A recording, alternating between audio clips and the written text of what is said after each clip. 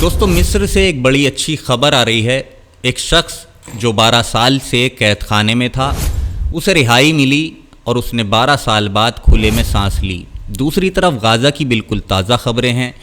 International हालात आपको बताऊंगा, बने रहिएगा वीडियो में आखिर तक मेरे साथ। तो नमस्कार, आदाब, सत श्री अकाल। हाजिर हूँ फिर से एक बार मिडिल ईस्ट की तमाम ताज़ा खबरें लेकर। चैनल अभी नया है, सब्सक्राइब ज़रूर कर लें।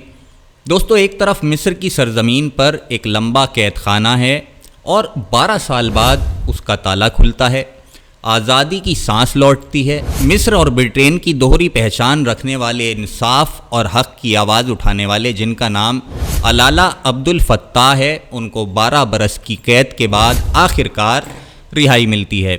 उनकी मां लैला सुइस की आंखों में वो खुशियां छलकती हैं जो बरसों के दर्द और दर्द में दबा हुआ तूफ़ान थीं। वो कहती हैं कि असली सुकून तो तब होगा जब मिस्र की सारी सलाखें टूटेंगी, सभी कैदी आज़ाद होंगे और कोई भी सियासी कैदी बाकी नहीं रहेगा। सभी कैदियों को रिहाई मिलेगी। दोस्तों, वो लड़का जो अरब स्प्रिंग से पहले भी आवाज़ उठाता था, जिसने जनरल सीसी की हुकूमत की सख्ती पर भी सवाल किया था, जिसने भूख हड़तालों से दुनिया का ध्यान खींचा था, आज माँ के गले में सिर रखकर मुस्कुरा रहा है। उसकी बहन मोना सीफ कहती हैं कि दुनिया में जुल्म और सियासत के अंधेरे भले ही छाए हों, मगर हम थोड़ी देर के लिए खुशी के लम्हे जी सकते हैं, लम्हा भर के लिए सांस ले सकते हैं। उसकी रिहाई को ब्रिटेन का विदेश मंत्री भी खुले दिल से सलाम करता है और कहता है कि अब वक्त आ चुका है कि अलाला अपने घर वापस लौटें, अपनी मिट्टी की गंध में, अपने मुल्क ब्रिटेन में अपने परिवार से मिलें, वापस आएं। ये रिहाई मिस्र की टूटी फूटी जमहूरियत की कहानी का एक नया मोड़ है। दूसरी तरफ गाज़ा की धरती पर धुआं ही धुआं है। शती रिफ्यूजी कैंप में घरों के मलबे तले दबी लाशें हैं। तमाम गलियों में विस्फोटों और धमाकों की आवाज़ें गूंज रही हैं। बच्चे अस्पताल तक जाने से पहले ही दम तोड़ रहे हैं। अल रंतीसी चिल्ड्रन हॉस्पिटल और सेंट जॉन आई हॉस्पिटल दोनों में बमबारी हुई और बमबारी के बाद ये बंद हो चुके हैं। डॉक्टर हाथ बांधे बैठे हैं कि कहाँ जाएं, कौन सी ज़िंदगी बचाएं। इजरायली टैंक और ड्रोन छतों पर मंडरा रहे हैं और आम लोग कहते हैं कि न जाने हम जाएं तो कहाँ जाएं। न उत्तर में ठिकाना है, न दक्षिण में रास्ता है। ज़िंदगी मानो गाज़ा की गलियों में आखिरी सांसें गिन रही है। इधर दोस्तों, न्यूयॉर्क में बड़े बड़े सियासी मंच सजते हैं। फ्रांस, बेल्जियम, लग्जमबर्ग, माल्टा, मोनाको सब मिलकर फ़िलिस्तीन को एक रियासत के तौर पर मान्यता देते हैं। यूरोपीय काउंसिल के मुखिया कहते हैं कि भले ही सारे मुल्क अभी एक सुर में ना बोल पाएँ, मगर सबका इरादा 2 रियासती हल का है, यानी कि 2 स्टेट सॉल्यूशन का। कहते हैं अब वक्त है कि इस कत्लेआम को रोका जाए। अब वक्त है कि इजराइल समझे कि वो दुनिया में दोस्तों को खो रहा है। फ्रांस के राष्ट्रपति मैक्रो कह उठते हैं कि अब देर नहीं होनी चाहिए, अब फैसला होना चाहिए, हल निकलना चाहिए और फ़ौरन निकलना चाहिए। और इसी बीच वाइट हाउस से खबर आती है कि डोनाल्ड ट्रंप अरब और मुस्लिम दुनिया के बड़े नेताओं से जल्दी मुलाकात करेंगे। सऊदी अरब, यूएई, कतर, मिस्र, जॉर्डन, तुर्की, इंडोनेशिया और पाकिस्तान सबके सामने वो एक प्लान रखने वाले हैं। गाज़ा में जंग के बाद की हुकूमत कैसी होगी, इजराइल कैसे पीछे हटेगा और अरब मुल्क कैसे अपनी फ़ौजें भेजेंगे ताकि गाज़ा की सरज़मीन को संभाला जा सके। सवाल ये है दोस्तों कि क्या ये मुल्क वाकई अपनी फ़ौजें भेजेंगे? क्या वो गाज़ा की राख से एक नया शहर खड़ा कर पाएंगे, या फिर ये सिर्फ महज सियासी मंचों की चकाचौंध बनकर रह जाएगा? ये सिर्फ जुमलेबाजी होकर रह जाएगी और ज़मीन पर कोई भी कार्रवाई नहीं होगी। तो दोस्तों, एक तरफ आज़ादी की मुस्कान है, एक 12 साल बाद रिहाई हुई, दूसरी तरफ मौतों का धुआं है, मिस्र की जेलों से बाहर आती खुशबू है। तो गाज़ा की गलियों में चीखें दबती जा रही हैं, लोग मर रहे हैं। कोई माँ अपने बेटे को गले लगाकर चैन की नींद सोना चाहती है। कोई माँ मलबे के नीचे दबे अपने बेटे की लाश ढूंढ रही है। कोई बाप मजबूर है कि वो अपने बेटे के लिए, छोटे से बच्चे के लिए दूध का इंतज़ाम, खाने का इंतज़ाम कैसे करे। दोस्तों, ये वही दुनिया है जहां इंसाफ का मतलब एक मुल्क में रिहाई है और दूसरे मुल्क में मासूम बच्चों की कब्रें। सवाल वही है कि आखिर कब तक ये सिलसिला यूं ही चलता रहेगा? कब तक दुनिया आंखें मूंद कर बैठी रहेगी? कब तक इंसानियत का कत्ल होगा?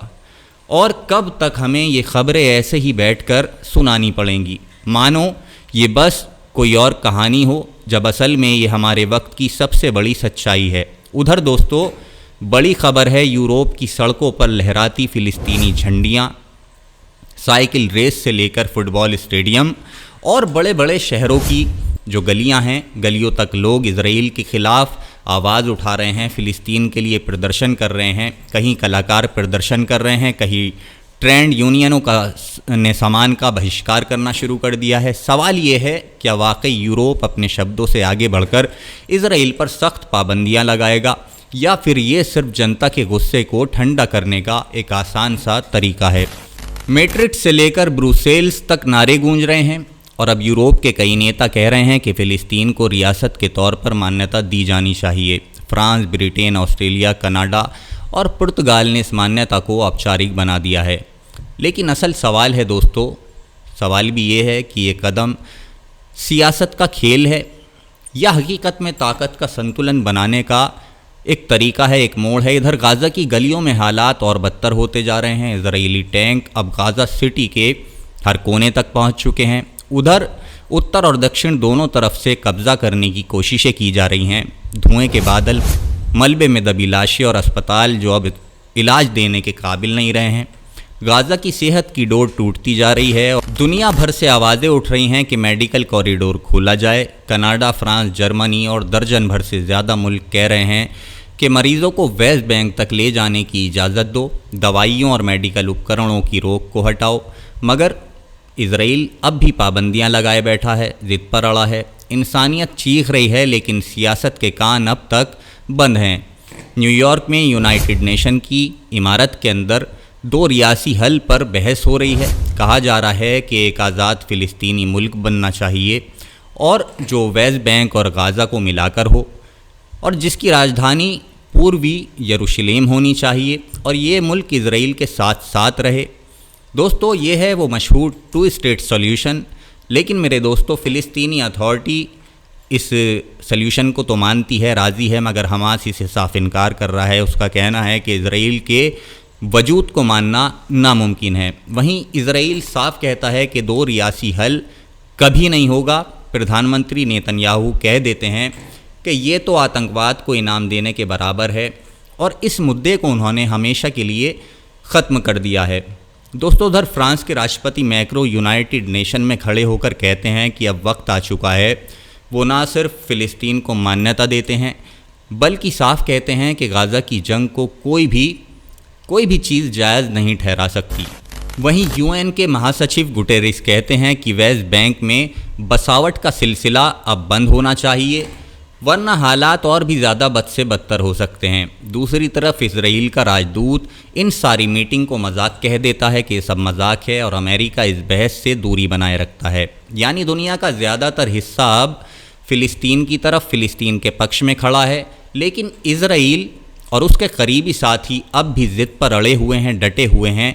तो एक तस्वीर में यूरोप की गलियों में उठती आवाज़ें हैं, यूनिवर्सिटियों में लगते नारे हैं, खेलों और कला में बहिष्कार गूंज रहा है, और दूसरी तस्वीरों में गाज़ा के मलबे हैं जहां लोग अपने बच्चों को ढूंढ रहे हैं, उनकी लाशें तलाश रहे हैं, डॉक्टर बेबस हैं, टैंक आगे बढ़ रहे हैं। सवाल वही है कि क्या यूरोप अपने लोगों की आवाज़ को हकीकत में सियासी ताकत बनाएगा या फिर सिर्फ बयान देखकर खामोश हो जाएगा।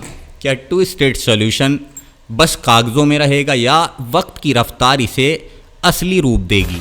दुनिया की नज़र अब इसी पर टिकी है और हर दिल यही सोच रहा है कि आखिर कब इंसाफ की सुबह होगी और कब तक ये जंग मासूम ज़िंदगियों को निगलती रहेगी। आपकी क्या राय है कमेंट बॉक्स में ज़रूर लिखें। फ़िलहाल के लिए बस इतना ही, इजाज़त दीजिए।